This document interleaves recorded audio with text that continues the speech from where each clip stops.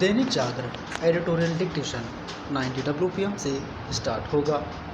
5 second बाद dictation start. गत दिवस केंद्रीय कैबिनेट ने जो अनेक फैसले दिए, उनमें अधिकांश के केंद्र में देश की आर्थिक स्थिति को बल प्रदान करना रहा। ये फैसले यही अधिक रेखांकित करते हैं कि सरकार यह चाहती है कि आयात घटे और मैन्युफैक्चरिंग बढ़े ताकि निर्यात बढ़े। सरकार ऐसे प्रयत्न पहले भी करती रही है। इसका प्रमाण है उसकी ओर से मेक इन इंडिया के साथ देश को आत्मनिर्भर बनाने का अभियान शुरू करना और साथ ही स्वदेशी मंत्र को दोहराना।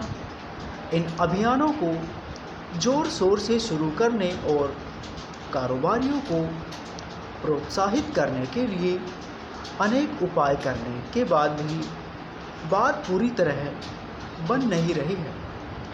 देश को अनेक ऐसी उत्पादों का आयात करना पड़ रहा है जिनका उत्पादन देश में आसानी से किया जा सकता है।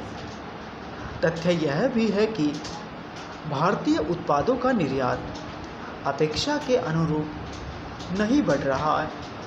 सबसे बड़ी समस्या यह है कि देश के वे कारोबारी भी आयात पर निर्भरता कम करने वाले तौर तरीके अपनाने और विश्व स्तरीय गुणवत्ता वाले उत्पादों का निर्माण करने के लिए आगे नहीं आ रहे हैं। जिनके पास पूंजी और संसाधनों की कमी नहीं। समझना कठिन है कि हमारे बड़े कारोबारी भी शोध एवं नवाचार पर अपेक्षित निवेश करने के लिए तैयार नहीं है। उचित यह होगा कि सरकार इसके कारणों को तह तक जाए, क्योंकि आयात कम करना और निर्यात बढ़ाना तब तक संभव नहीं है जब तक हमारे कारोबारी अपने हिस्से को जिम्मेदारी का निर्वहन नहीं करते।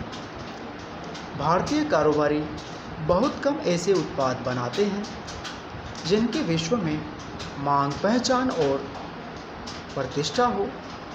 यदि वे विश्व स्तरीय सेवाएं दे सकते हैं तो विश्व स्तर की गुणवत्ता वाले उत्पाद क्यों नहीं बना पा रहे हैं।